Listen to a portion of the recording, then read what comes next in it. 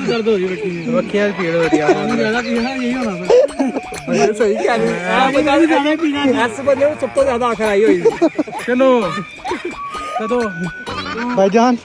ਇਹ ਸਾਡੇ ਬੰਦੇ ਦਾ ਬੀਪੀ ਲੋ ਹੋ ਗਿਆ